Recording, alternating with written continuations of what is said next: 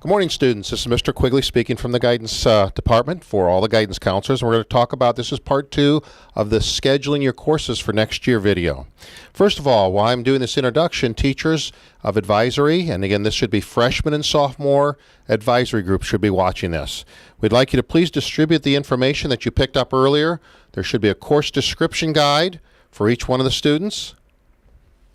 There should be a course section scheduling sheet. And I believe the sophomores to be juniors is pink, and the freshmen to be sophomores is green. So each student should get one of those, and each student should get one of these scheduling worksheets. I've started to fill one out as an example, but obviously yours is blank. So teachers, if you'd hand those to each one of the students, that would be great. Now, students, I'm going to ask you to make sure you pay attention. Don't start writing on things.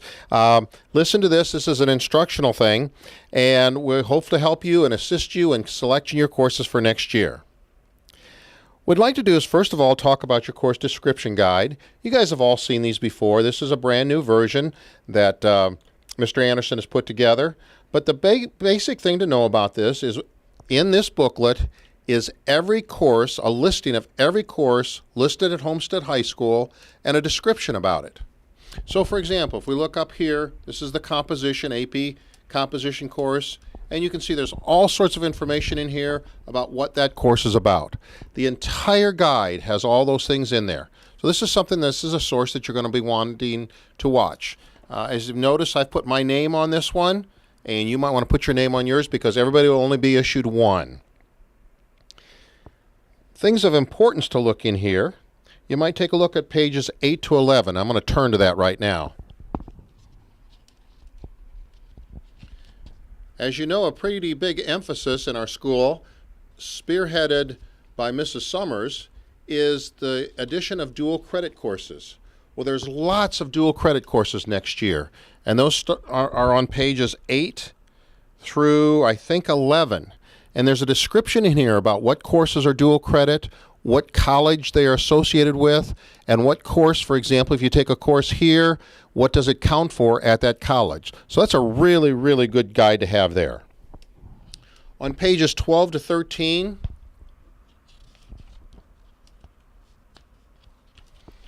you've seen this before. These are your graduation requirements for the Core 40 diploma, for the Academic Honors diploma, for the Technical Honors diploma. These are all references for you to help you as you start selecting your courses. And then in the back of the book, and again, you've all seen these before, are the flow charts. So there's, like, for an example, an English flow chart, and says if you take this English class, then this one, and then this one. And there's a math flow chart and a fine arts flow chart, and those are all in the back of the book. The next thing I want you to see is your course selection sheets. And as I said, the junior one is pink, and that's to be juniors, and the to be sophomores is green. And this is a sheet that has all the information on it that was still in the course description guide, but now it's abbreviated. You have only the course number and the course title. This will help you greatly when you're selecting your courses, so you don't have to go through and read every course in the course description guide. Then we're going to start using the course selection sheets. And this is what you're going to turn in when you work with your guidance counselor when you select the courses. So I filled one out here just as an example. And I said, okay, I've got Susie Sophomore here, and just filled these things out. And as you can see, I've put these things together for her to have as classes. So Susie's going to be a sophomore for next year, grade 11. We put them in 7 a row, representing 2 semesters. You all know from past experience, this doesn't mean that this class is going to be in first period. This is just an easy way for you to see them. So when you come to get ready to meet with your guidance counselors, and this would be freshmen to be sophomores, that'll be around January 30th, and then sophomores to be juniors, we're going to be doing that out of your science classes February 10th. You're expected to have this done. So we ask you to bring all of this material home to your parents, your course description guide, your selection sheets, and then these blank worksheets, and get this completely filled out. So again, I'm going to go through Susie Sophomore here, and you can see that as a junior, she's going to take English Literature, which is 3316, 3317. She's taking algebra for the whole year. She's taking AP US History. Notice the 2 zeros at the end. The 2 zeros at the end of any course indicate that that's a dual credit course. So Susie can take this course as an AP US History course, or she can take it as a dual credit course. Dual credit means you can get the credit directly from a college.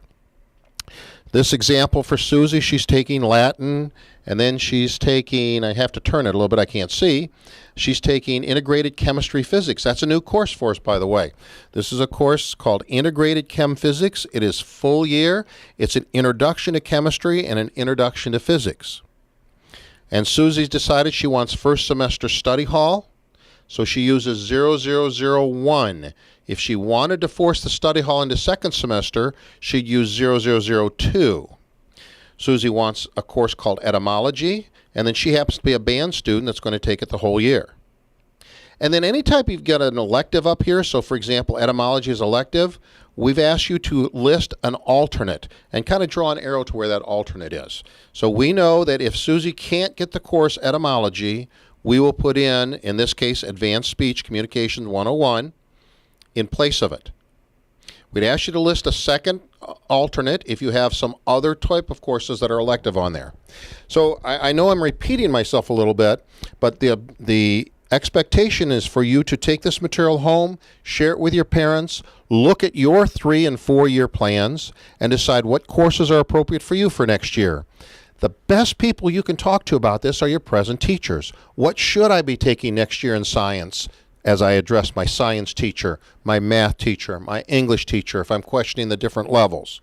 So we're going to start working on these on February 10th. So freshmen to be sophomores, you need to be ready January 30th because we're going to start meeting with you in seminars. And if you don't have a seminar, we'll pull you out of a different classroom and meet with you then. So we want you to be ready by January 30th with yours. In fact, I even have an example for, who is this? Frank Freshman. So here we go. Here's another example for you. Frank Freshman's taking English 10. Notice we have the number.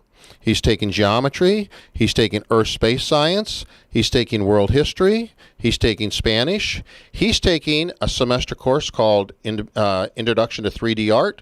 And he's taking another one semester course, 9206 PE2. He wants to study all the whole year.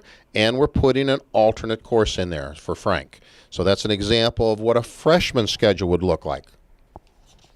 I've been throwing some dates around at you, and remember, what we're going to do the next time you meet with your guidance counselors, we're going to start January 30th with the freshmen. We're going to meet you over in seminar. We'll be talking with you and selecting your courses with you, but we really expect this to be done.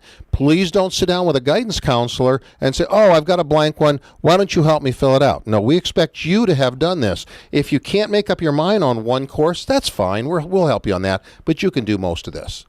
And then starting on February 10th, students who are 10th and 11th graders, to be 11th and 12th graders, we're going to see you out of science classes.